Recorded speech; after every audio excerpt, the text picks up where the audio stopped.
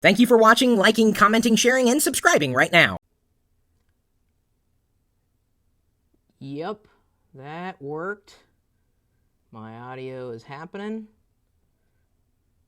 The video appears to be happening.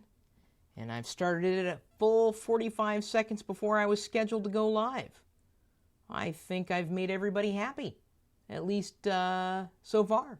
And I think it's true because Mr. King Naz, who is a regular viewer of TLDR, the Locker Gnome Daily Report, says that it is now live. So what do you think of my uniform here? You like it? This is going to be probably the Sithiest episode of TLDR we have ever done. Look at this. I even have the belt down here. Look at that.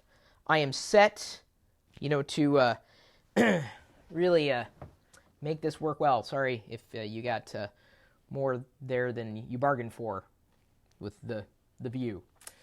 This was a gift from somebody. I have no idea who gave me this Vader hoodie. It's even got a hood right there. Look at that. The Vader hoodie. Works really well, I would say. Very thin, but very soft. They got it on my Amazon.com wish list. Go.tagjag.com/wish list. Actually, I got a few gifts today. So I've got a videos, of course, to record from the headlines on lockergnome.com. Feel free to read along as I share this experience with everybody. And I think before I do get the ball rolling in a real capacity, now that I've shown off my, what would you call, is this a uniform? Is it, what is this? Can you guys give me some kind of idea of what, it's a hoodie. Making me look geekier than I probably am in real life. Let's go ahead and tweet this out at Chris Pirillo. Feel free to follow me there, and you can click the link to watch the video or share it. Please, I mean, this is the thing. If we get to, I think, 400 likes for today's live TLDR episode, this video here, I'll do a Google Plus Hangout live tonight, if we can get to 400. So there's your challenge. Get the word out if we hit the number 400 likes for this video. And the only way to like this video is to view it on the actual video page. If you're watching it on the channel page, you can't like this video, sadly, and it's not easy to share either. So let me go ahead and +1 the video, as I've encouraged all of you to do several times over, because it's the only way we're going to know we're addressing you, other than coming here and chatting in real time during the live TLDR broadcast, and then commenting. And it says here, I commented before the show began, winning or losing, says Southeast Pack Car Shows. Oh, Southeast Pennsylvania car shows, maybe? I think I've translated that username properly. I think it's okay to you comment before the show begins. What's really kind of something not to like is when you dislike the videos. Because honestly, I don't know why you're disliking something that hasn't even run yet. I can understand after it's run, although I don't appreciate that. Let's go ahead and get the ball rolling here. I wanted to address this, first of all, as a gift. And I want to do a separate video on it because I have an idea, be kind of fun, with Vader. And it's going to be in conjunction with another gift. Daniel W.E. Jones, in case you didn't know, this came today. The super special edition, also 1 in 10,000 Chrome Vader. Chrome Vader, right there. And I think I'm going to open it too. Because what's the point of just keeping it in a bag? I mean, yes, I suppose it's worth more money, but come on. It's a fun little Chrome Vader. So I think I'm going to, show this in a video, and then this, and the question will be, what should my Sith name be? I can't just be Darth Pirillo. That's stupid. And, when Anakin Skywalker became Darth Vader, they didn't call him Darth Skywalker. He needs a new last name. I need a Sith name. I.e. Vader? No. I can't be Vader. Vader's taken. XX Zarlak XX says the live stream video isn't working for me and seems like I'm not the only one. Oh, are we still falling victim to this darn 5-minute bug? I guess I am going to have to keep babbling for a couple more minutes until the full live audience is here. And if you have not joined us in a live broadcast, it could be because we are happening to broadcast. We are happening? we happen to broadcast at a time that you're in school, you're at work, you're asleep, and all those are fine in terms of reasons, not excuses, to not tune in for a live TLDR broadcast. Let's see here. Dark Chris. No, it's got to be Darth. Darth Bite says 187 OMG. Ooh, I kind of like that one. Darth Bite. It's kind of geeky. Kind of, nasty. Bite, when you bite something. B-Y-T-E. It's difficult to know. Although I can say that safely, we have to wait another minute for everybody else to play catch up. I don't know. I repeat this problem every single day. I do not know why YouTube has this 5-minute bug delay. No one's getting back to me. Honestly, I don't know who to ask for help at YouTube, and I've tried. I've reached out over and over and over and over again, and they ignore me. So the only way I think we're going to get a good chance of letting YouTube know we have this 5-minute bug is if you bug them.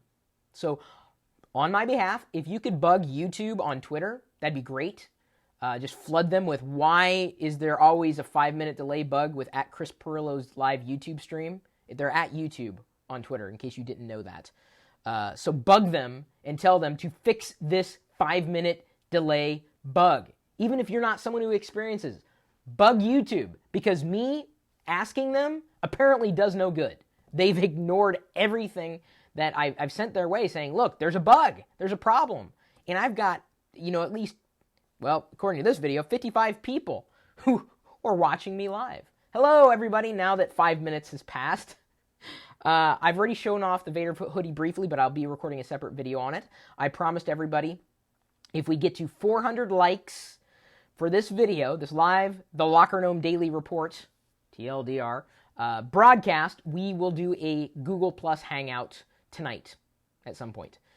So, like this video, tell your friends it's happening, and, I'm going to tell you, even after it's recorded, if you could like the separate segments of the videos, that would be appreciated. I'm going to give you a chance to read along with the links that as I kind of share them from lockergnome.com. It's not just about video, but also connecting all the content we're doing over there with the content that we're doing here. It's this full circle. And surprisingly enough, when I posted that video yesterday about content curation, there were dislikes. And I'm like, dude, I'm telling you what the future is, and the future is in your hands. And you dislike that? And it's like, that's saying you dislike yourself. It was crazy how many, there's I think the time I looked, 10 dislikes for the video. I'm like, I'm saying you have power, and you don't like that? Okay, well, I guess if, you're a communist, can't keep you from being that way. All right, let's go ahead and roll into a couple of just fun little videos that I want to do before going into the Locker Gnome. This is going to be a very geeky episode, by the way. Before I go into the lockergnome.com links, which again, hopefully you've already looked at them and shared them, especially the ones that interest you. It's going to be a very geeky Star Wars episode, and not because I planned it really this way. It just happened, as is prone to happening around here. All right, so let's do this. Okay, give me a second. Okay, I'm going to start it out like this. Should I get my lightsaber for this one? Okay, hang on. Let me get my lightsaber. Even though I didn't give you a chance to respond. But Chris, I don't want you to get your lightsaber. Do you really sound like that in real life, or is it just me thinking that you sound that way in real life? Okay, hang on. Okay, here we go.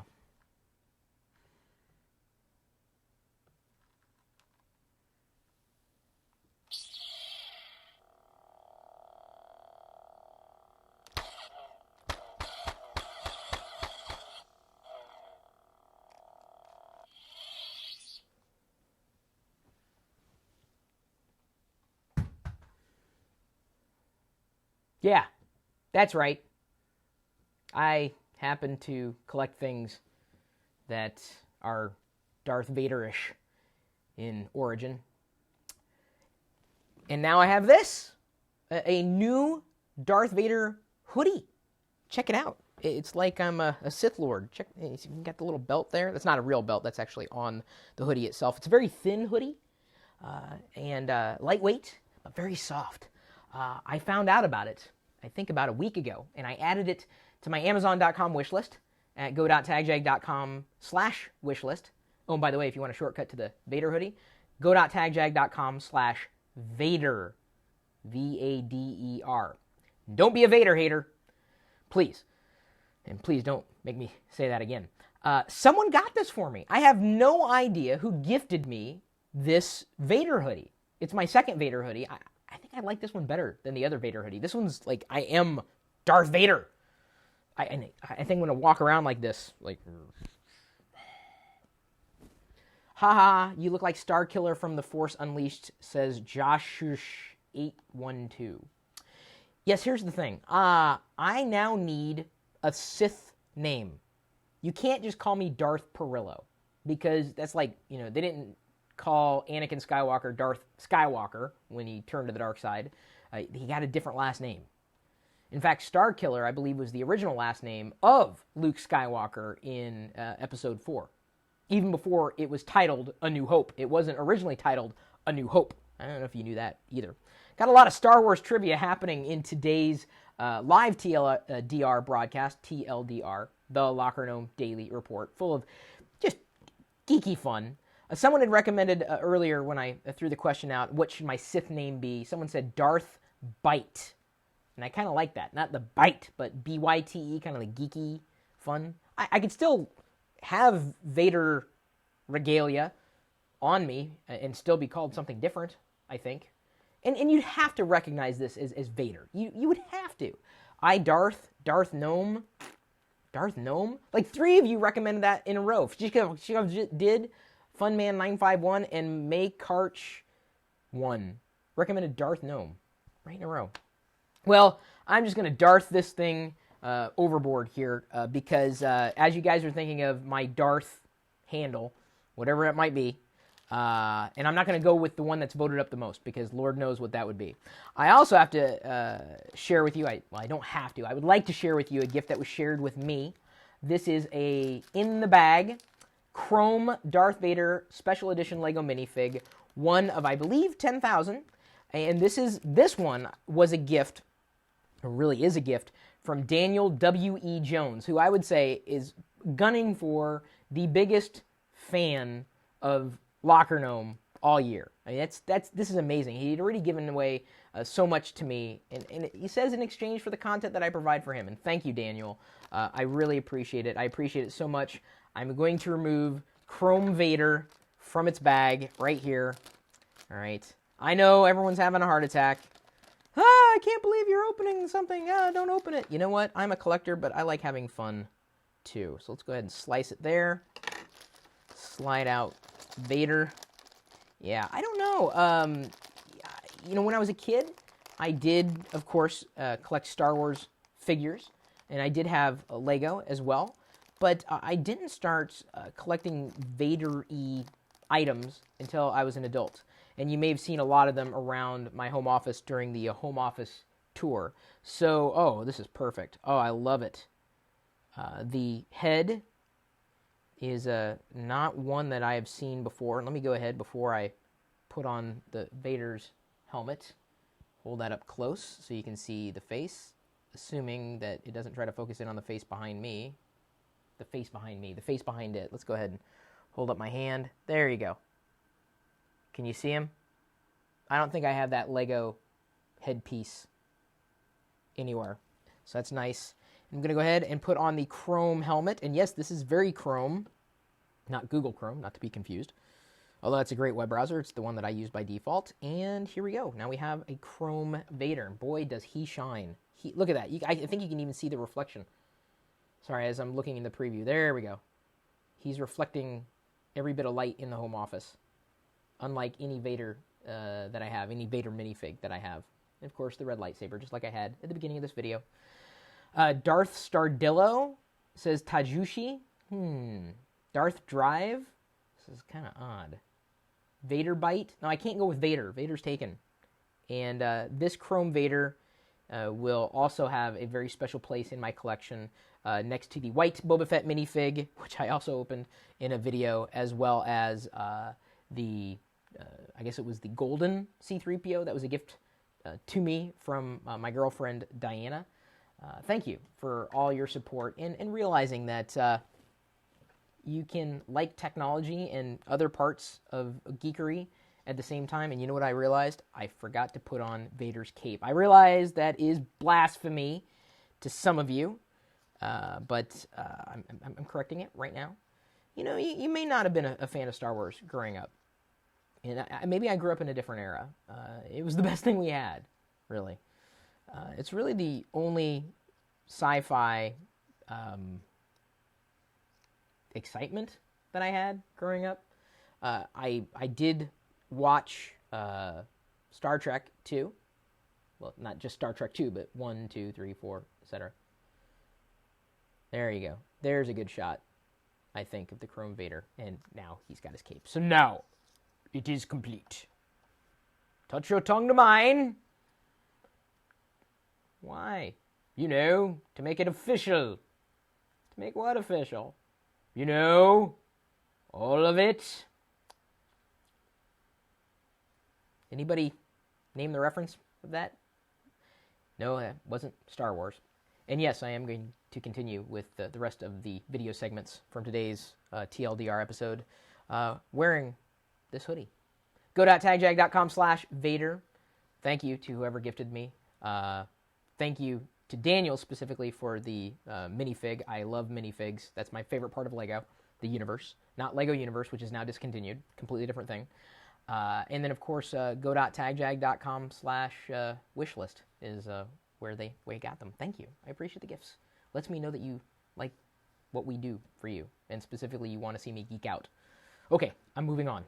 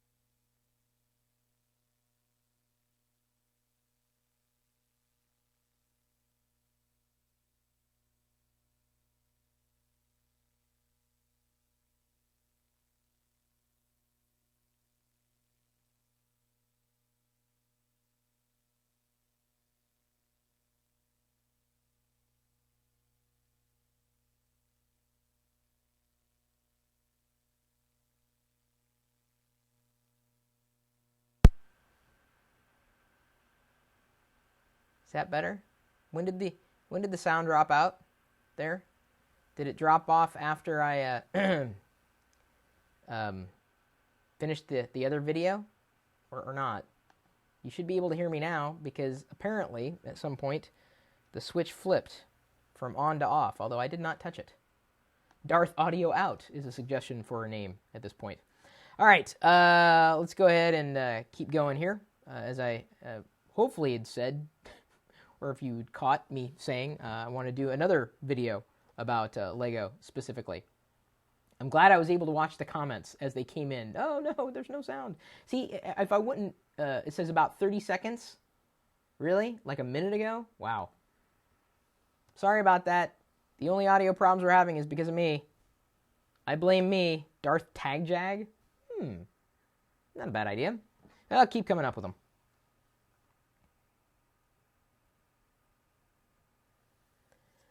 When I first started collecting Lego, even though I wasn't really collecting Lego, I got it as a gift from Santa Claus years ago. I uploaded that video as a kid to my YouTube channel already. It was kind of fun. My first Lego, my first Atari or home video game console. I guess it was our family's first. There wasn't a lot of Lego around, and there, were things you could do with Lego, but they were kind of expensive. Still are, although these days it's been economically proven that Lego is cheaper. The bricks are cheaper today than they were way back in the day, and certainly are plentiful. I was captivated by the first minifig that I saw. Well, and really, minifig is a truncated form of the official word minifigure. We all call them minifigs, though, honestly. The idea that, I could have this little character, and do things with this character was fun. I mean, until then, I think I was only collecting Star Wars figures from Kenner, which is now Hasbro.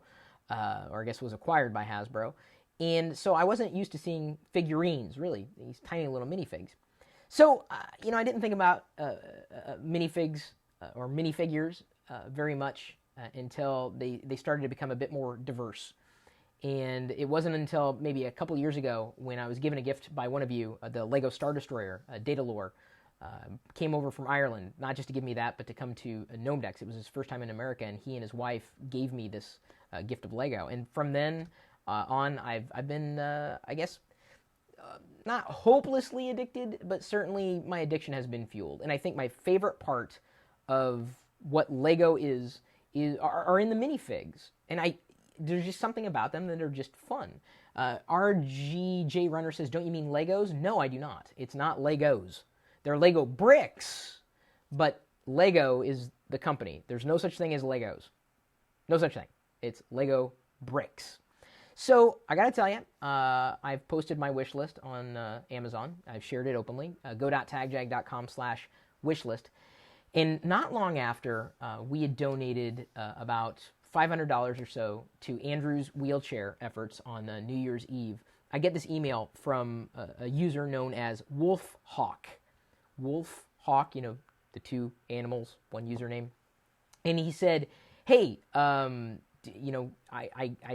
got you a few items from your wish list, and they happen to be all Lego minifigs, and some of them came today. I'm thrilled about them because they're not openly available anywhere. You can't just go into the store and get these anymore. This is Mr. Freeze, who you might remember from Batman. In the movies, of course, the character was played by Arnold Schwarzenegger. This is one. Quinlan Vos, the Jedi. Right there. Badass. Very nice. Scarecrow, you might also remember from Batman. This is also, see if I'm going to take off his hat because his head is actually translucent. I don't know if that's apparent in the video itself, but you can see the stud behind him. Not saying that I'm the stud behind him, but the peg on Lego. I got a Kashyyyk Trooper. Looks like a biker scout, although it's green and brown. I also, and none of these I had before. These were all on my wish list. No longer. I have, in my head I've got stuck Darth Sidious. And this is definitely not Darth Sidious. It is General Grievous, and he was trained by Count Dooku. And these are lightsabers from the Jedi that he had killed. There we go. It's really, I guess he's a minifig. I mean, he's a droid. A cyborg, really, because he's got organic heart, or did, at least. Eth Koth.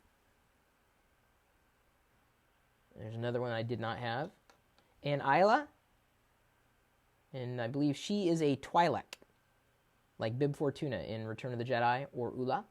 And I showed off in my, I guess it was the Jedi, it was the Jabba the Hutt playset that I got for Christmas for like half off. So thank you for these. When I get a Lego minifig or a minifigure, it becomes a part of a collection, and each one of them tells a story. And to know that one of you had sent these, it's an even deeper story. To tell people what I do for a living, and I can connect with people on this level, is just astounding. Before this particular video segment, I showed the unbagging of a very special edition Chrome Vader. This one from Daniel W.E. Jones. See, I get to know your usernames. I really do, especially if you participate with us. Being a geek isn't just about loving technology. It isn't.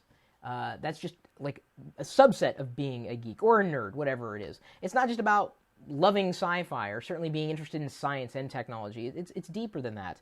It stretches into comics. It stretches into toys. It stretches into Star Wars, Star Trek, and beyond. Being a geek is multidimensional, and honestly, for people that would pigeonhole a geek as one person or another, or you can only like technology. No, I hate to tell you, but geeks were doing geeky things long before technology was a fantastic buzzword that gets tossed about. Well, certainly a lot more these days than it used to be in the past. Someone asked the Mr. AMD asked, how many minifigs do I have? I have, oh God, I've never even bothered to count. I probably should do a separate video on that, shouldn't I? Showing you all the minifigs I have, like the collection as of right now. It's a few. I've got a couple of shelves full, and I need to find a better way to display the minifigs because there's a lot. There's a few. Yeah. I like collecting them, and that is a part of me being a geek. So my question to you, after getting through all this, to you, what does being a geek mean? Or a nerd? What does that mean to you? We all have various definitions, but I just can't imagine it's just I'm not a computer geek. I'm not just a tech geek. I'm just a geeky kind of guy. I like these things, and that's okay.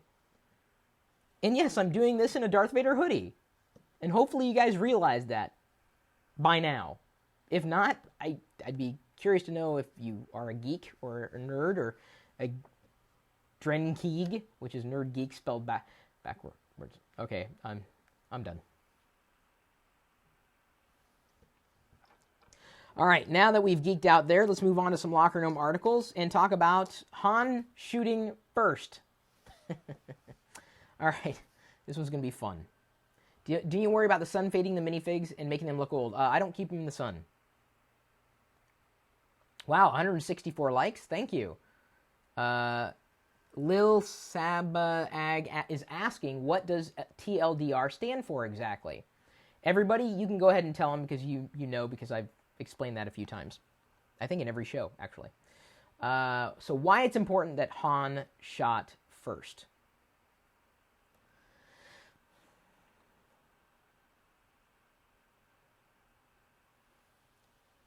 If you want to really upset someone who loves Star Wars, all you need to do is tell them that Greedo shot first.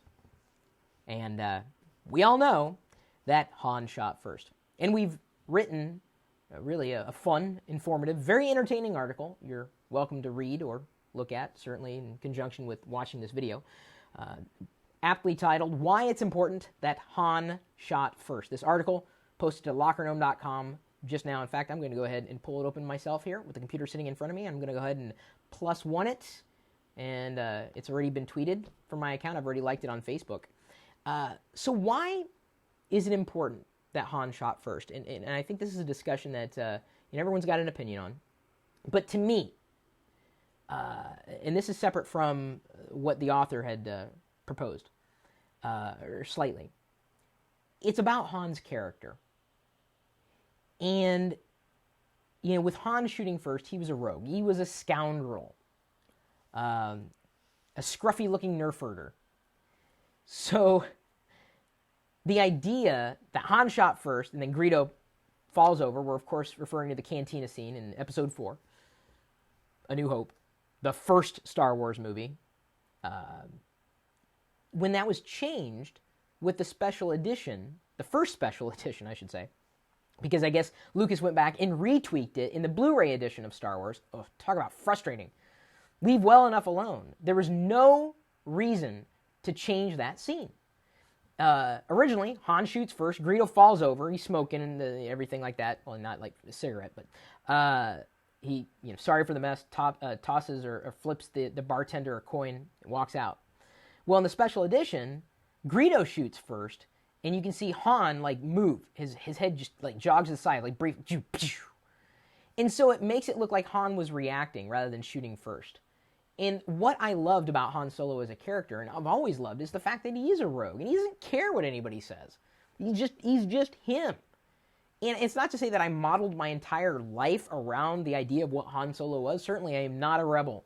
I am not a scoundrel. I am not anything like that. But there was just something that he was Han, or Han, however you say it. Han, not exactly sure. I've always said Han Solo, but in the movies, they say Han. It's difficult to know. I guess it depends on which part of the galaxy you're from.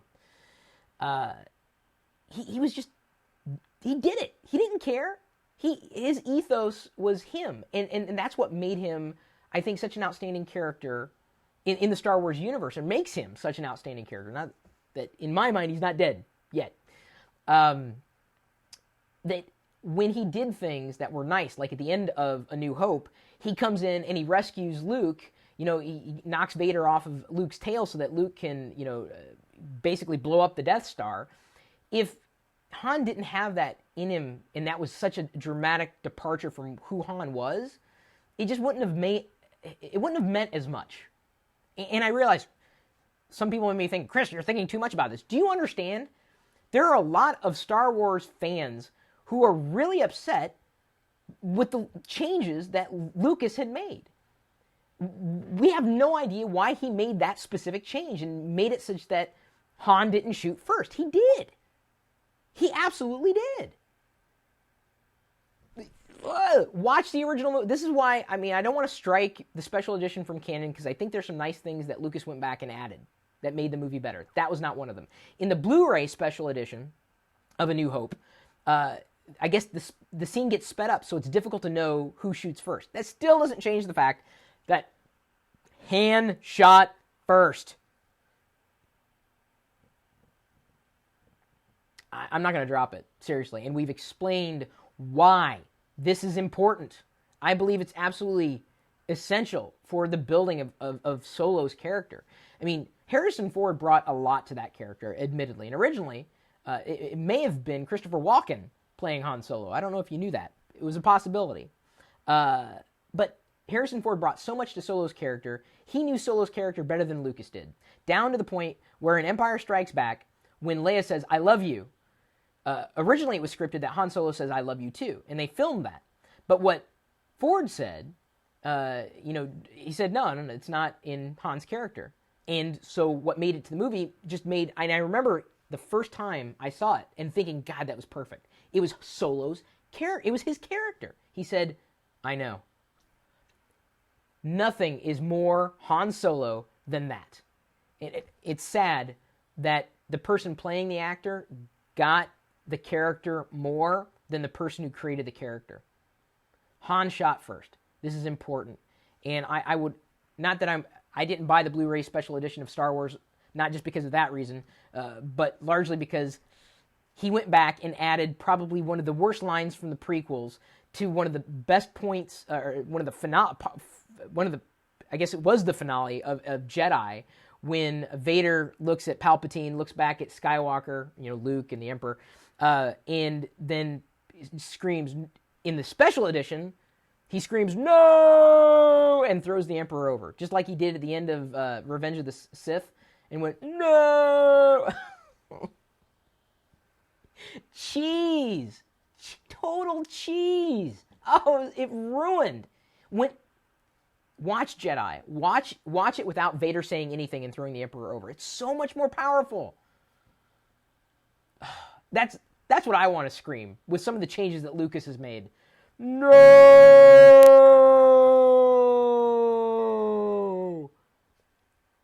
That's what we're thinking as fans. This is what's going through our head. Han shot first. Read our explanation and our reasons as to why this is important. Agree or disagree. I think it's an important discussion point to have.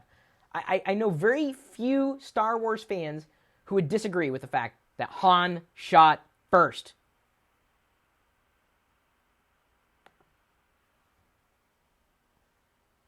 Ugh. Drives me up the wall. Getting all excited about something in general is geeking out to me, says Imbalanced by Design. Yeah, I'd agree. That was a pretty, I'd say we've done some long videos so far, haven't we? They should do a Star Wars segment on Han Solo's life and how he got the Millennium Falcon. That'd be a nice one. Actually, I wouldn't be surprised if they've done a comic or a book on that. All right, so now let's move on to the next. Okay, this is gonna be a fun one. I think you'll like this. Hey, Chris, is that toilet paper that you have there? Why, yes, it is. If I can get the. Will you be using this toilet paper? I absolutely will. Chris, why do you have toilet paper?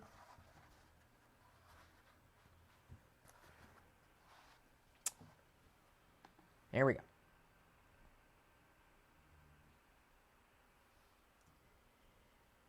We are different people, you and I.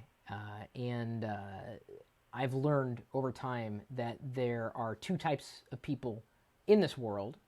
And I don't know which type of person you are. And it's very simple, really, to know which side you roll on, literally. It has to do with a toilet paper roll. My question to you is quite simple. Does the toilet paper roll go like this, with the roll paper facing outward? Or does it face inward? Two types of people in the world. Are you an outie or an innie when it comes to the toilet paper roll? Myself, I am just diametrically opposed, I mean, in absolute terms, to anybody who would put the toilet paper on with the roll inward, or I guess the ability to pull the paper out inward. This is bad. This is stupid. This is wrong. I'm not your people. My people use the toilet paper roll like this, facing outward. That's the only way. The only way to put toilet paper on a roll, or I guess a little dowel. Outward. Outie. Two types of people in the world. Which side do you fall on? How does your toilet paper roll? You might be wondering, Chris, why are you recording a video on this? Because we've written an article on lockergnome.com. You're free to look at it right now. In fact, I think I'm going to look at it too. Pull it up in the background. Beyond Paperless, the Paperless Bathroom. See, we've talked about going paperless with your office before, going with electronic documents and tracking that way. But I'm going to go ahead and open the article, +1 it, tweet it, share it on LinkedIn, and then like it on Facebook. Easy to do. I don't know if you knew this, but there are bathrooms that are going completely paperless. And you may be thinking, well, do you know how to use the shells? Does anybody get that reference?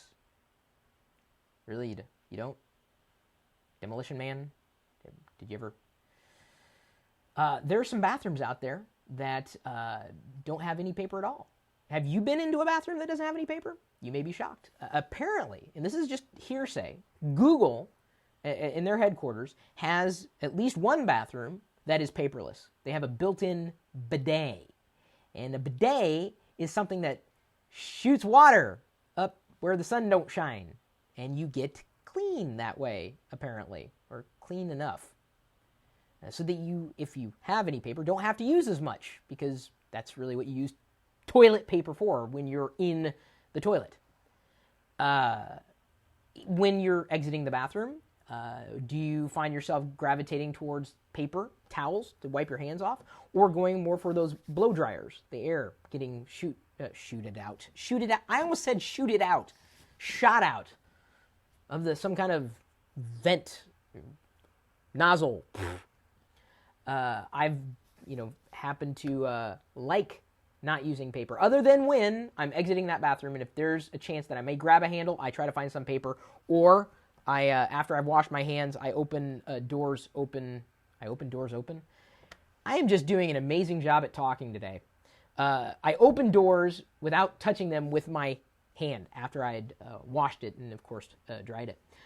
I think the future of the bathroom is paperless. It's not just for the office anymore. The average family may spend $1,000 on paper products for their bathroom, Kleenex, toilet paper, and beyond. The less you use, the less you consume, really the better off the world is going to be. There's less to flush, really, at least in terms of physical product. And certainly you can save money. Now, that doesn't mean that you should just hold it in to save money. I mean, you do have to go. But you may consider bringing your bathroom into the 21st century and letting it be paperless and positioning it in such a way. And it really doesn't cost that much more, even to set it up. We've cited several examples. And I tell you what, out of all the articles on lockergnome.com today, and I'm not kidding, we've done a lot about technology. And of course, this is about toilet technology. And there's some technology going on there. I think this has probably been the most popular comment thread on lockergnome.com today, because it touches all of our lives, going to the bathroom. So are you an outie or an innie? I'm sure you would choose the right path here, and that would be being an outie. So for more on toilet technology, and how bathrooms are going beyond paper, check out the article on LockerGnome.com. It's linked in the description. See, that was fun. Hold it in. Don't hold it in. It'd be bad. You wondered why I was... See, this is a Starbucks cup. Starbucks is not a sponsor, just so you know. I came for tech news, not paper, says Megusta535. Wow. Well, actually, he said a bad word. He used a potty mouth. That is tech news. If you don't think toilet's technology, do you have a bathroom in your house? Are you too poor to afford one? Is it an outhouse? Sorry, but there's some technology that you may want to pay attention to. Save you money. Wow. Poor guy. Poor guy. Doesn't even have a bathroom in his house. I'm guessing. I don't. So, yeah, Starbucks doesn't sponsor me. Maybe if we hound them on Twitter, they'll get the idea. I'm hopped up on Doppio Espressos. Darth Storm says SF7345. That's a good one. I like that one. So far, Darth Bite. That one's a fun... maybe a bit too on the nose for me, though, the Darth Bite. I thought you didn't like Starbucks, says Top Gun 101 Tom. Oh, Top Gun 101 Tom, you haven't been following me for very long, have you? I love Pete's. Unfortunately, there's no Pete's anywhere near me, and Starbucks is close. And I've kind of grown accustomed to the flavor of their Doppio Espressos. Chris, what's your opinion on e-ink displays? Are they worth it? Absolutely are, especially if you do a lot of book reading. Mr. Daniel Price 1. Actually, see, I would love... Give me a second. Daniel Price 1, remember that question? I'm going to get up from my desk again, because I can do that as the live director-producer of this broadcast. My Kindle here is out of juice, so I'm going to go ahead and search for the cable to charge it in my drawer of cables, which I did not show in this year's home office tour. And hopefully by the end of this broadcast, we can come back to that question. Do I think e-ink is worth it? Because it's a good question to ask. It really is. Audi is more presentable. My friend is saying at Greedo shot first. Your friend is wrong. Darth Gnome Locker. Nah. Why don't you do a how many minifigs Chris has and win a Lego set? Oh! That might be kind of fun, actually. Darth Bidet. That's funny. Yeah, you know what? How many minifigs Chris has? That's a good idea. I'll talk to Mike over at Bull Market Toys to see if he'd be up for something like that. That would be awesome. I wonder what we can give away. It should be a good set. Guess how many Lego... Then I have to count them. Ugh. All right. I'll think about it. Darth Bite Gnome. I love how you guys are just now getting this stuff. Chris, I sent you an email about sponsoring. Did you get it? I may have gotten it. I don't know. So here's the question. The next question here for Locker Gnome. From an article. Can Facebook hurt your credit score? Let's find out. So let's look at the article. Y'all got it pulled up? And you've liked it and shared it? The information that you share about yourself online can be seen as relatively benign. But are you aware that sharing things about yourself could hurt you? Even going as far as to hurting your credit score? May not be important to you now if you've never had to deal with your credit score before, but if you're going after some kind of loan, for a car, house, business, whatever, they may ask to see your credit score. And if your credit score sucks, you may not get the money that you need to get the things that you either need or want. So sharing certain things about yourself on Facebook can be, counterproductive. There are, and this is according to the New York Observer, social networks and software that is available for entities, businesses, to scan to see if you are a credit risk based on what you are openly sharing. That can hurt you. You may have ignored me begging and pleading to not share everything about yourself online. This may be one of those things you got to watch out for. You are building a profile about yourself, whether you know it or not. just based on the things that you like and share. And speaking of, I'm looking directly at the article on lockergnome.com, and I'm assuming you are too, since we linked it in the description. I'm going to go ahead and +1 it.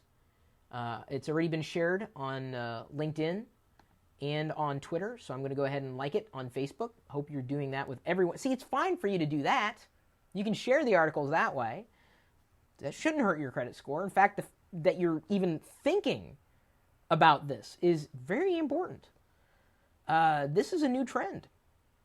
Companies using your public data as ways to build you've already built that profile for yourself, but to profile you.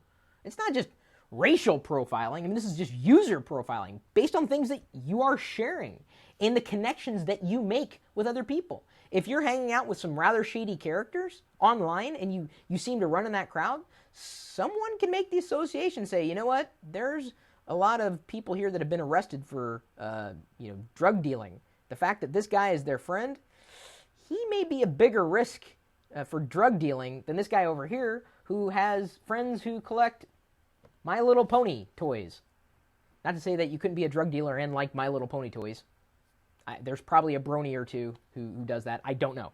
My point is, when you're sharing things on Facebook and making these connections with friends, if you don't know who they are and you don't know why you're sharing it, and the profile that you're building up about yourself, if you don't realize that other people can see it and software is intelligent enough to make calculations to tell another company whether or not you are a risk, dude, wake up.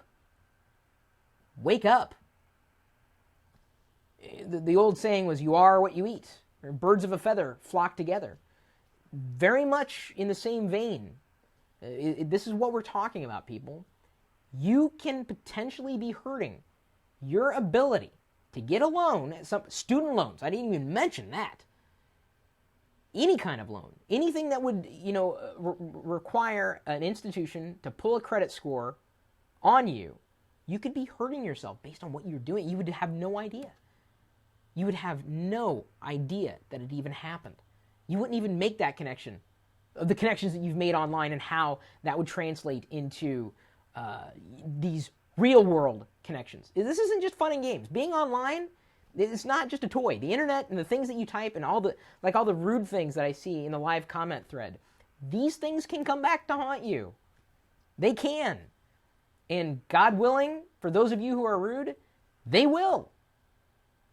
I'm giving you fair warning. Take a look at the article. We've outlined exactly how this is happening and potentially how you can protect yourself. There's a reason we're sharing this information. Hopefully you find it valuable enough to share the information with other people. As always, we appreciate the likes, the shares, the tweets, the retweets, and whatever you have to do to get the information from what I'm saying to you to somebody else.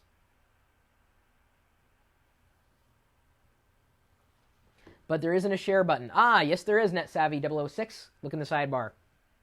More importantly, why haven't you installed a Google extension, a Chrome extension in your browser? Assuming you're using Google Chrome, you might be using Firefox or Opera or, Internet Explorer.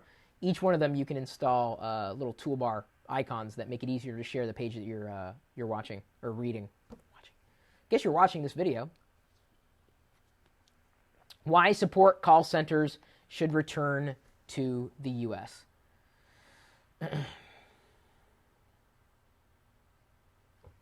Okay, so this might be a very this may evoke a bit of passion, and I'm going to tiptoe around some sensitivities here,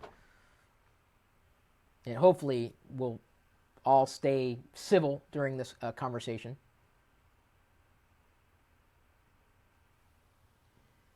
You've probably been in a situation where you've needed some kind of tech support. I know I have. And that tech support may be delivered by way of a phone call or potentially an online chat. There always seems to be some kind of breakdown in communication when you're interacting with someone who doesn't speak English as their native tongue. Now, this isn't to say that these people are bad people. But it is likely indicative that the company that you're dealing with either has outsourced their tech support offshore, or that's where the company exists, offshore at least from the United States, or those of us who do speak English as our native tongue. And that isn't to say that if you have a thick accent with English, that means that you understand less. You don't.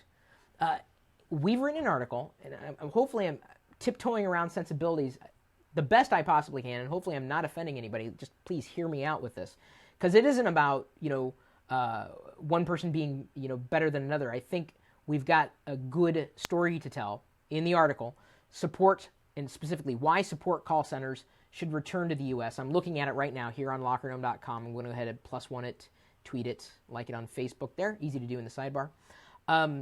Ron, one of our contributors, had an issue getting frustrated with someone he was communicating with. He had a tech support problem, and he was like beating his head up against the desk because he was so frustrated. They are both using the same language, English, but there was a breakdown in communication.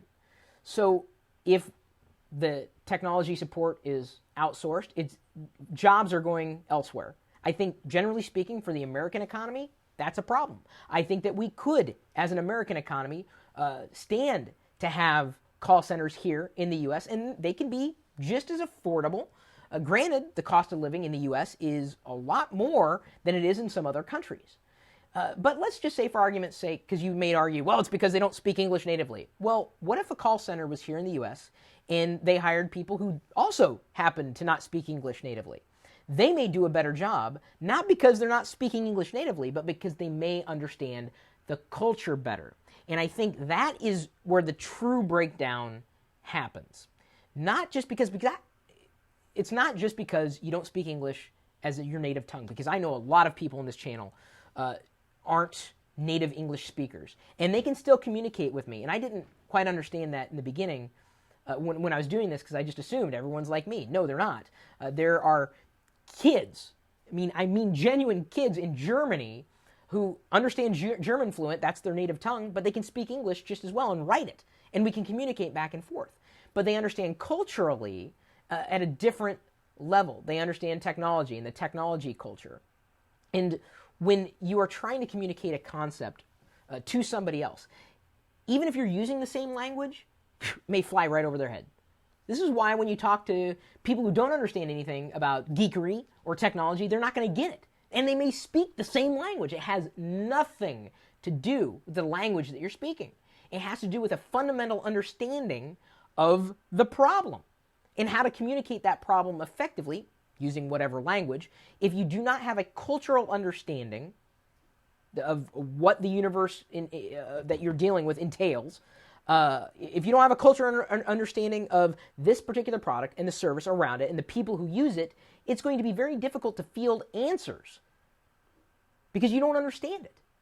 That's the breakdown. It has nothing to do with language. It has to do with product, service, culture, and wrapped up in this ball of understanding. So either people need to be better trained before they enter a call center, whether the call center is local, stateside, or it's offshore. Even if they do not speak English as their native tongue, if they have an understanding of the product or service, if they have an understanding of the culture that might be using the product or service, I think everybody would be much better served. You know what? Because like I said, I swear to God, I'm not Americentric. I'm not. I believe we need to exist in a global economy. I do. And that's good. It's good for stability. It really is. For global stability, the thing you want to be is interoperating, because then if one piece falls, they all fall. And you don't want that. We can build each other up. But when people complain about non-native speakers of a language, I think it's less about the language being spoken and more about a colossal misunderstanding of the culture in which a product or service is being communicated through. I think it's more on that side. And hopefully you understand. That didn't sound very eloquent, but hopefully I got my point across to everybody. I'm hoping that beyond the jobs and people getting paid for what they do, I would hope that the value of training is something that call centers could begin to focus on, not just communicating. I don't care if you speak English if you can't help me with my problem. and you could be my next door neighbor. If you can't help me with my problem, I don't care. I need help with a problem. And it just seems to me a cultural understanding and a better understanding of the product or service would serve everybody fantastically better, no matter where you live and no matter what language you speak. Hopefully that wasn't a rude gesture in some countries, but it may be. I don't know. For the person earlier who asked about Doctor Who Lego, there's no Lego company, but a company called Character Building produces a Doctor Who construction kit. That is true. Custom minifigs. You need a fact page. I already do. I have one. What do you think about the Illuminati? I think they make great bedtime stories. Name the thing Darth Trollololololol. How do you read a tick's clock? You need special glasses. Reason some companies use Utah as their base so they can hire Mormon missionaries coming off the missions because they're able to speak the foreign language. This has really benefited all persons the best in that company's future because that allowed the company to have foreign speakers with the knowledge of English as a primary language. Please Google. What do you think? I have no idea. 9 times out of 10, they just type your problem on the computer and try to read a solution off the screen. Ouch. Don't forget to tweet that you're streaming live. I did like 40 minutes ago. Best wireless headphones. We already wrote about it on lockergnome.com. It's kind of nice, isn't it? Chris, I'd like to donate $300 to you. How may I do it? I'm pleased about the free content you're giving us, says Martin Terms. That's a nice donation. Thank you. Go.tagjag.com/donate. I'd be shocked if something like that came in, but thank you. It helps. Every $25 that you donate basically pays for another article and video on Locker Gnome. We pay our contributors. They don't do it for free. Believe me, I'm not doing this for free. So thank you. You have no idea what your support means to us. Is there a Chris minifig? Kind of unofficially. Mistaking the solution for the problem.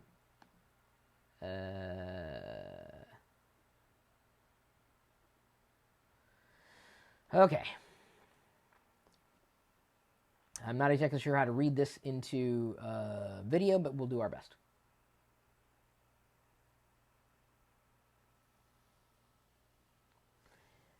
We've written another article on lockergnome.com, as we're prone to do every day. This one aptly titled, Mistaking the Solution for the Problem. And the first paragraph reads as follows. How do you solve a problem? How do you decide what to do? What new computer should you buy? What new smartphone? Should you buy anything? Is it better to simply do something, anything, rather than dither about? And sometimes you can mistake the solution for the problem. Sometimes you don't even know what it is that you want or what it is that you need. You may think that's going to be the solution, but in fact you may be creating more problems for yourself by getting a product or service.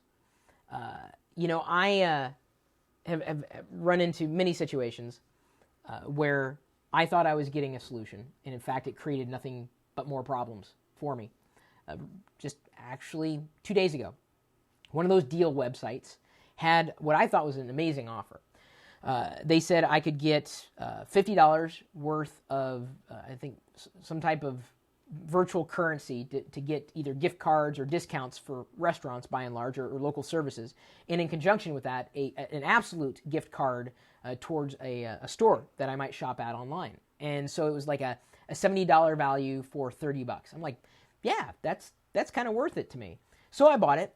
And then as soon as I went to use it, I realized that the $50 in free gift certificates that I got could only be done in certain increments. So I would have to spend, let's see here, $450 to save $50. I would have to spend 90 out of 100 to save that 10. And I was like, whoa, I did not sign up for that. Why would I spend $90 to save 10? I suppose if I went to that place frequently enough, it would be worth it, but that's not how I want to save money. And that's not really all that, 10% is not that much of a discount. So in effect, I found that to be worthless. Lucky for me, the institution, this deal website, has amazing customer service. I was able to get a refund for it. And, I thought this was going to be a solution, a way for me to save money. But all it did was it created a problem. I would have to spend money to save it when I wasn't going to do it at all. I mean, it just came up as like a possibility. I'm like, yeah, why not? $50. And I thought what I could do is essentially get $50 worth of gift cards for nothing, when in fact that's not how it worked. So it was really, really, really frustrating. And I don't know if anybody else has faced this type of situation where you're looking for a solution, and even when you think you found it, it does nothing but create more problems. I can't be alone. I just can't. I refuse to believe I'm alone in this. If you've had a similar experience, whether it was a coupon site or beyond, even when it comes to dealing with technology, oh, it cost you $100, but in fact it actually really cost you $400 because you had to buy X, Y, and Z. Ugh. Sometimes the problem is just in search of a solution that is nothing more than more problems.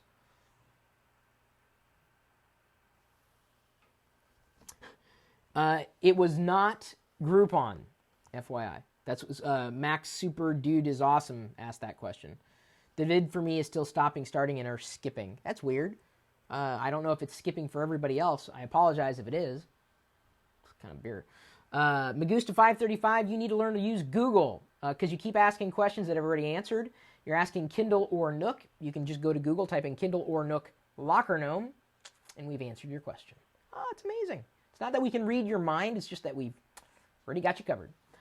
Yes, I had much difficulty effectively communicating with a particular customer service person. Oh, that was from an earlier video there. Another earlier video. Backlink of the day.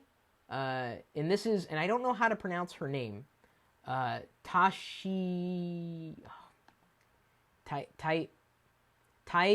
Chehade.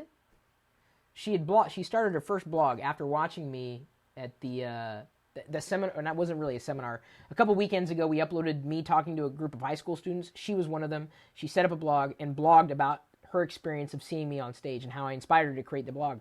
And we've linked this, of course, in the description for this video. You are more than welcome to take a look at that. This is our backlink of the day because she linked back to us, and that's what we look for with backlinks of the day. It's very very nice when you link to us.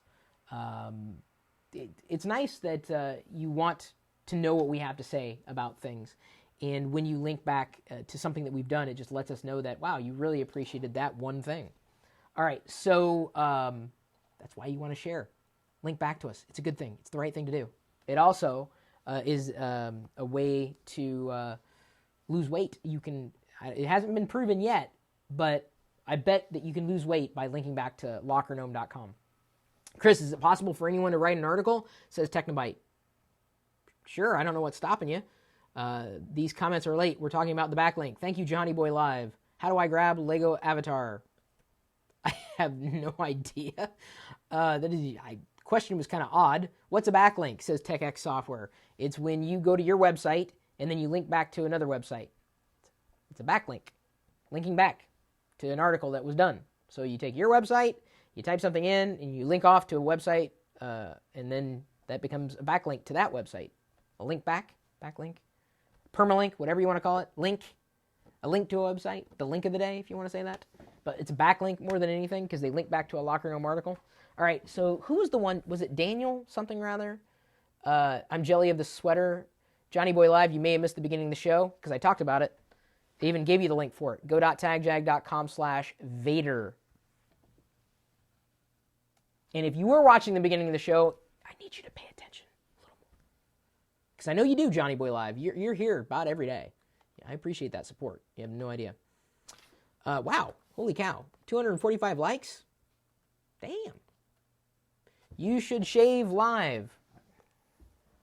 Boy, Magusta535, I hope you keep coming back, but that was actually kind of funny. I don't think I ever will. I did that a long time ago.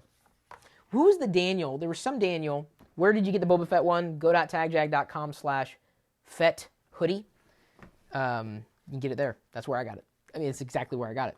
Here comes the Kindle e-ink bit. Have you ever jailbroken? No, I have not. I don't find that I have the need. What do you think about SOPA? JRN Fwire. Go to Google. Type in SOPA Locker Gnome. Let's see here. Chris, you gave me a happy face. Oh, I'm happy that I gave you a happy face, I guess.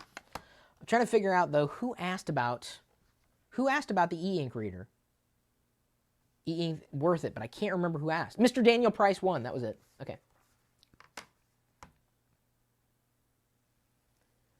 While we've done a series of videos about the Kindle ebook readers as well as the Nook ebook readers, you may have seen those before, and if not, feel free to search for them on Google, Kindle Locker Gnome or Nook Locker Gnome.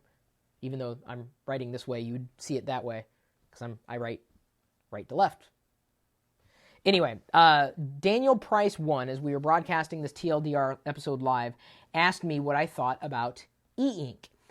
And this Amazon Kindle, I won it in some contest. I've never purchased an Amazon Kindle other than the Kindle Fire. I did buy that with my own money. E-ink is awesome.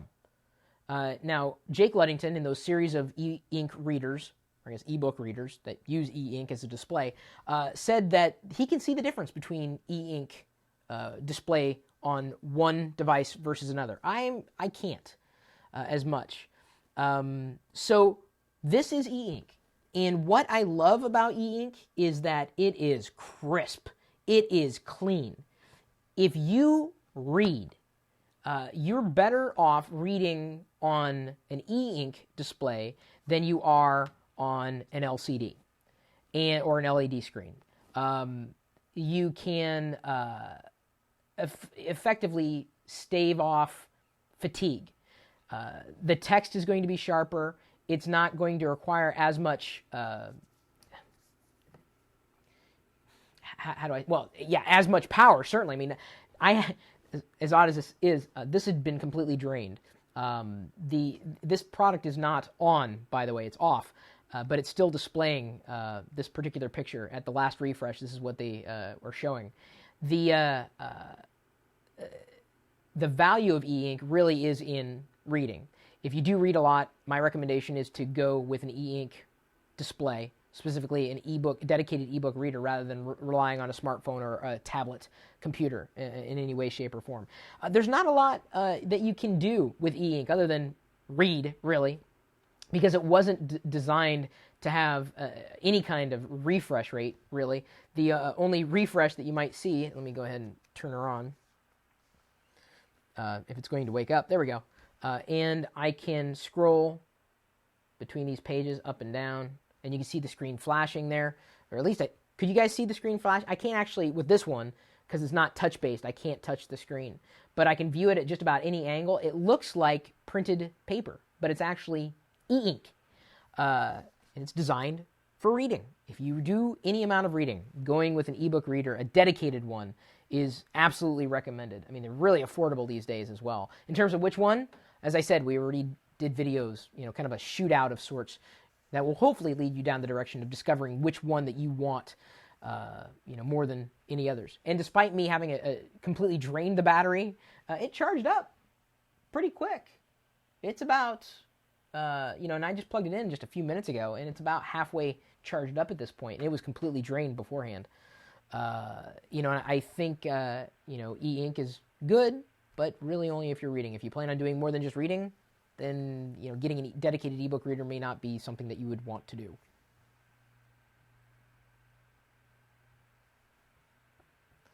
So, there we go. Hopefully that answered your question. I think e-ink is nice, but you gotta be careful. Have you noticed that e-ink tends to ghost a bit? I haven't noticed that much, but then again, I'm not a power ebook reader. Kyobo e-reader has the new Mirasol display. Cool, thank you, Gopakumar Sutherman. Do you have any Star Wars bags, backpacks? I'm thinking about getting an Ewok backpack. I do not. Go with Nook, says Super Bob to Bob. Sure you could. Like I said, we did the shootout already. How often do you say juice instead of the remaining battery? I say juice, because it's the thing that powers you, right? What make is your chair, Chris? Asks ATGX Quad Pump. Everybody, you can answer the question for him, because they know. Will you replace your Mac Pro? Everybody can answer that question, because you know. What camera do you use for TLDR? Everybody can answer that question, because you know. You guys think I'm kidding when I say I see the same questions every single day. I do.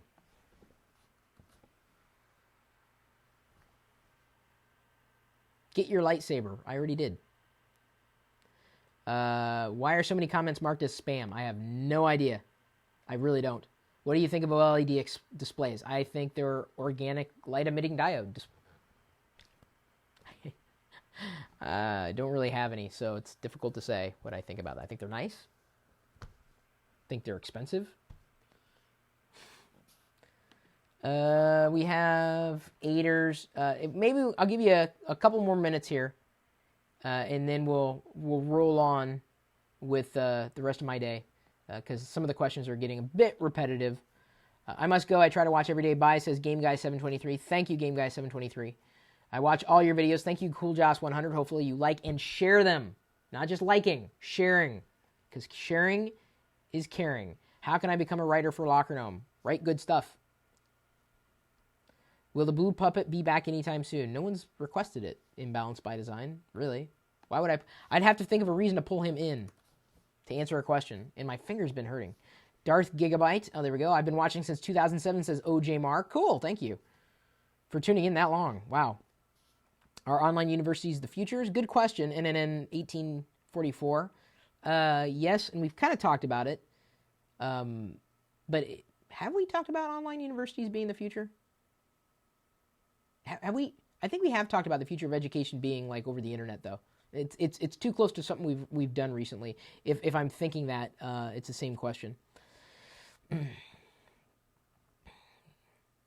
I watch every single video also, says Apple iPole. Thank you. But not just watching, liking, and share. 458 says, Chris, I liked the last 30 videos. Awesome. What about the articles? Did you share them? Don't make me make a funny face. See here. When will we colonize Mars? I have no idea. Our Barry Sass asks everybody like this video. At 266, we're not doing too bad, but it doesn't look like we're making 400 for a live Google Plus Hangout. Sorry, guys. I tried. I did. I mentioned it at the beginning. It's raining in Seattle today. Is it? That's kind of a shock. Okay. People keep asking where I get the Vader hoodie. Go back and watch the video after it's been recorded, because I can't repeat myself for the people who are watching this entire episode live. And I'm doing my best. For everyone who's watched this after it's gone live, I'm doing my best to find questions that may make good videos as separate segments. And I'm not really finding much. ATI versus NVIDIA, Sexy Baby 2134 Able. Actually, it's AMD versus NVIDIA, to be specific. Would you ever do live phone-ins again? Probably not. There's too many trolls. Toy Story 4? Sure. How come there's no bloopers or outtakes? Says Airwolf28. Because I do this live. There's tons of bloopers in here and out. Well, I guess I really don't have any bloopers or outtakes other than when I screw something up live, which I did the other day, like when I threw my iPhone across the room. Can you solve a Rubik's Cube? Yes, by removing all the stickers and then putting them back on. What about a video of Parallels versus Boot Camp? They're really two separate technologies that work well together. It's not really a versus. Well, unless you're talking about speed, raw speed, then it would be Boot Camp.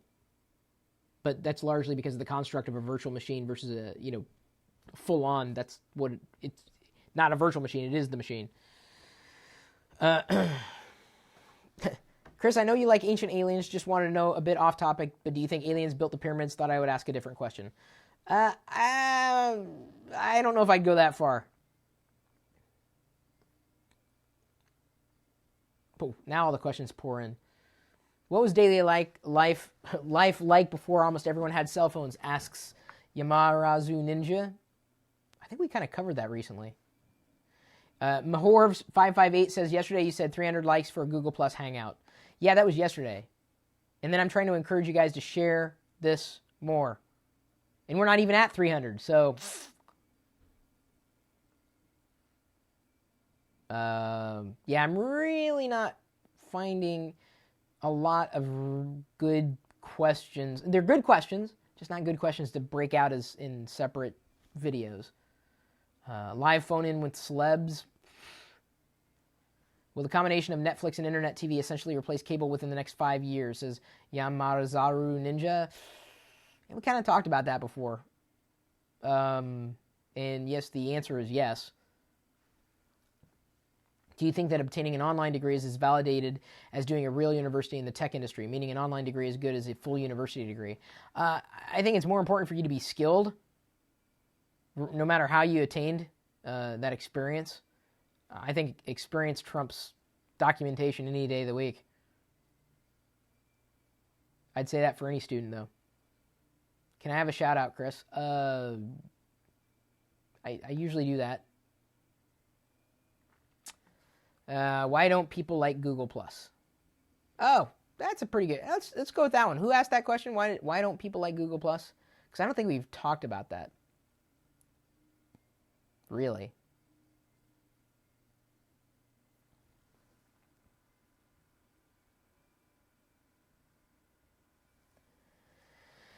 Google Plus isn't going to disappear anytime soon, and while we may be inclined to compare Google Plus to Facebook, that's really an unfair comparison. I've mentioned it before, even on Google Plus, that Google Plus is more like Blogger than it is like Facebook. There are things you can do on Google Plus that you can do elsewhere. So as the question was asked here in the live TLDR broadcast, the Locker Gnome Daily Report, where we talk about articles that we post on lockergnome.com every day, live on YouTube at 3 p.m. Pacific. Someone asked, why do people not like Google+? Why do people hate Google+? If there's an answer to that question, I think it comes down to this. It's not doing anything better than a tool we're currently using to do that thing that could be done better. So it's not replacing anything. Google+ really isn't doing anything different. Maybe Hangouts are different enough, and I like doing Hangouts. Sometimes I'll join them. I like broadcasting Hangouts when I have the time. I generally won't join a Hangout, though, if I'm doing something else, because Hangouts, while fun, can be a tremendous drain on time. And the Google Talk plugin, at least for Mac OS X, is horrible. It boils down to where are you going to spend your time. And if it's really doing nothing more for you, why would you spend your time there? I think Google Plus will be around for the long haul. It is certainly, I think, a success in terms of social, as far as Google is concerned. Very reminiscent, as I've said from the very beginning, of FriendFeed. But FriendFeed really wasn't replacing anything either. It's one of the reasons why it just really never went anywhere other than with a certain subset of people. And of course, FriendFeed was acquired largely because of a talent acquisition by Facebook, I think it was a couple years ago. So I guess the reason you might not like Google Plus is because it's not replacing anything for you. It's not giving you anything that you couldn't get anywhere else. If you use it like Facebook, yeah, it's probably going to be a failure. If you use it like Twitter, it absolutely will be a failure. If you use it like a blog, I think you would be happier with what Google Plus can provide in return. This great social space, a good place for tracking conversations, and identities as well. I get tagged in just about every single Lego post that floats through on Google+, either from the person who posts the information or from a commenter who knows that I happen to like Lego. Doesn't happen the same way for technology. It's really weird. I guess I'm getting to be known more for bricks than I am computer geekery. So, I don't think you should hate Google+ outright. There are things that it does better than other social networks, and there are things that it could do better than other social networks, but isn't quite there yet. It's just not addressing an absolute pain today. I think that'll change, as I've gone out on a limb and suggested in the past that Google+, what you do on Google+, will be crossed over into Google organic search results. So the friends that you make, the people that you add in circles on Google+, that will influence the search results you get on Google. And if you don't think that's coming, you're not thinking it through, because that's exactly the value of being participatory on Google+ versus participating only on Twitter or only on Facebook. You got to participate everywhere. You have to be omnipresent. You have to be everywhere. And Google+ is a good place to be. I do like Google+.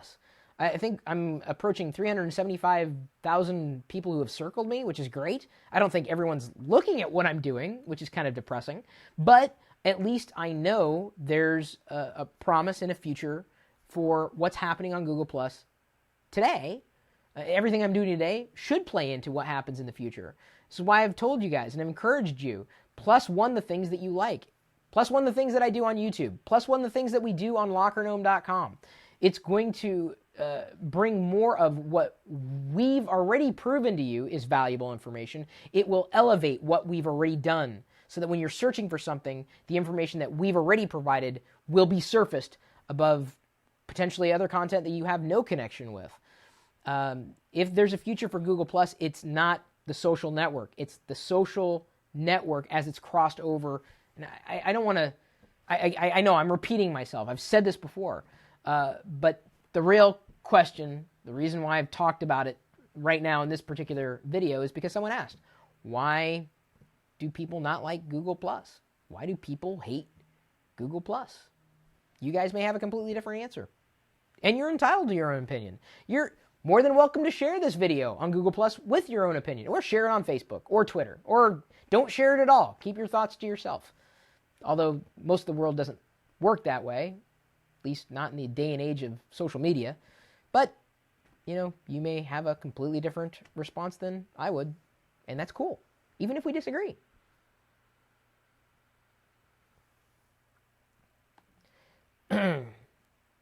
So I think, why don't people like Google Plus? That was the question. Zamal96, thank you. If that was the person who originally asked the question. Is Google taking over the internet? That I don't know. Do you use WordPress for a blogging tool? Yes, I do. It's okay. The more plugins you install, the more unstable it becomes.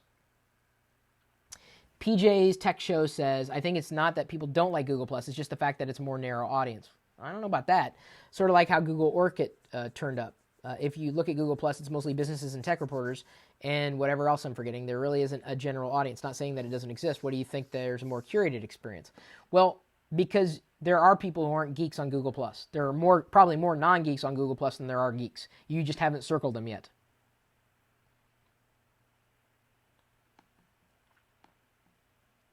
Frad M says, Google+, it's more than just social. It's a part of the package deal. It's plus apps, Picasa, email, docs, etc. Kinda. It's not really email yet. There's some crossover. There's kind of apps. Not really docs. Kodak's facing bankruptcy. Is that good for you or me? Should I sell stock or buy more Kodak stocks? I'm not someone who understands the stock market, so I'd be the wrong person to ask that question. Dude, this vid is bad timing for me right now. It is 1 in the morning. Go to bed. Why are you watching me? Of course, I'd ask anybody, why are you watching me? We have 9 separate segments. If we can eke out one more, it'd be great before I wrap it up, even though we're stretching into about a 90-minute video. What's your favorite LED TV brand? I don't have one. Sauce says BCF CSM. I guess that's the word of the day, sauce. And I use the word of the day to know that you've watched the video as long as you have, if you stayed tuned for as long as this has been broadcasting, this particular one, sauce. Awesome sauce, lame sauce, chocolate sauce, tomato sauce, scissor sauce. There's no such thing as Lego sauce. Kind of disgusting. Will motion gaming beat out conventional gaming? Says DudeMan091114. That I don't know. It's a good question, though. Have you tried the Microsoft Arc Mouse? Asked for the win much. I did, and the review's already online. Do a search for Microsoft Arc Mouse Locker Gnome. Motion gaming, conventional gaming. I'm really careful about talking about gaming because that really, it either makes people dislike videos automatically or something along those lines. Talking about gaming is a dumb idea because everyone's got their own opinion, and inevitably I disagree with all of them. If fewer people would dislike the videos, maybe I'd talk more about it. But given the amount of pushback we get when I do talk about it, there's no way in hell I'm talking about it again. Is there such a thing as computer clubs anymore? J92. There are. But that's a good one. When I first got online, it wasn't easy. I had to use one of those dial-up modems. Not an acoustic coupler, never had one of those, but a modem where you would connect to the internet by way of a telephone line. And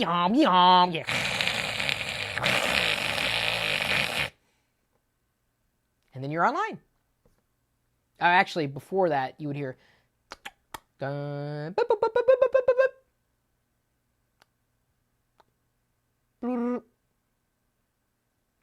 then I should have done that the other way around. I had to think about it, though. Why am I talking about this? Why am I pretending to be a modem right now? Because a question was asked during the live TLDR broadcast that I thought would make a good topic to talk about. J92 asked, is there such a thing as computer clubs anymore? And there are. There are a lot of computer clubs these days. They're not as important as they used to be.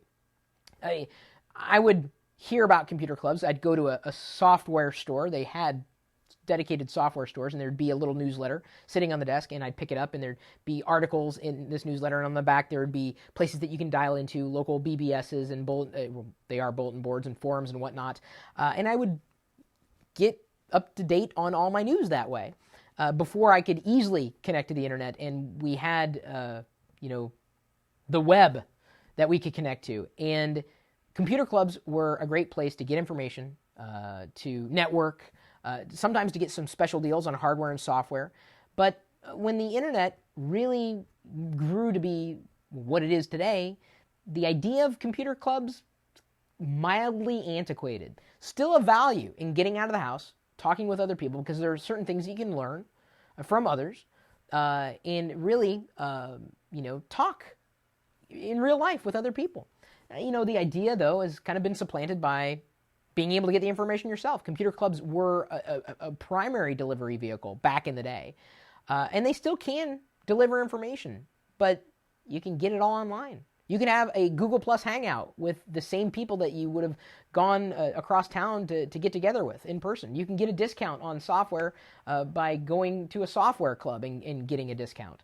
Do they have software clubs? I thought about starting a software club where you can, if I could find like a software that sold for $50, and if I could get a club price and sell it at $9, wouldn't that be a value to be in a software club? I think, if anything, that would get me to join a computer club, is to get software and hardware discounts. That would be the number one reason. That may still be a possibility. We're thinking about doing that and reaching out to vendors and getting extreme software and hardware deals. And we're talking massive deals. This is going to be done in conjunction with our Nomies subscription service that's forthcoming, hopefully within the next few weeks. But the idea of computer clubs, I know they're still there, and they may hate me for saying this, but the time has kind of come and gone. The value of them, not as important as it used to be. Minus the value of connecting with people, and nothing will ever replace that. But as I've said pretty much from the beginning of time, well, not my time on the internet, without people, the internet would be nothing. And really, without people, computers would be nothing. The real value in loving this world and wanting to get together and talk about this stuff is less about the technology, less about the computer, and more about our connections with one another. It is people, not just Soylent Green.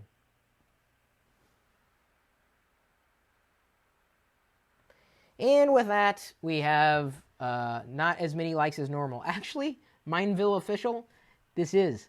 If we get anywhere near 300, that is way more likes than normal. Way more. Way more. Got to do your math. I love how people say, oh, you have less now than you did before. I'm like, that's not true. Actually, it's just the opposite. We have more now than we did. Some people just think what they think, and you can't, even if you give them the facts, they still want to believe what they believe. So with that, I'll let you decide for yourself whether you're going to like this video or the other videos that we have recorded and uploaded. Thank you for liking the segments. Thank you for sharing the articles that we have created for you on LockerGnome.com. We can't do this without you. Share. Share. Share, share, share, share, share. Share. Please. Link back. Share. We need you to do this. Otherwise, why am I doing this? If you're the only person that you know that's enjoying what I'm talking about right now,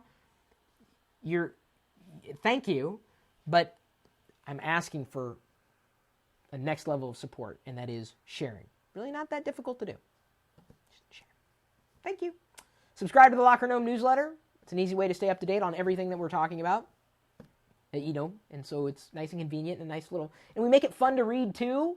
You can have fun. You can read, right? I hope you can read. And if not, that's a completely different problem that we'd have to address in a completely separate video. But it's been about 90 minutes. Thank you for spending your time with me. This has been a great television show today. If you didn't think it was a television show, you might want to look up the definition of what a television show is. Even if you're not watching this on a television, you can still watch. You can still tune in. You can still subscribe. You can still share. This is better than TV. It's you. And that's not, I was trying to make that sound punchy, but that didn't work out. So let me just wrap it up by just saying thank you. And you can join us in the chat room, live.perillo.com, 24 hours a day, 7 days a week. We'll see you later.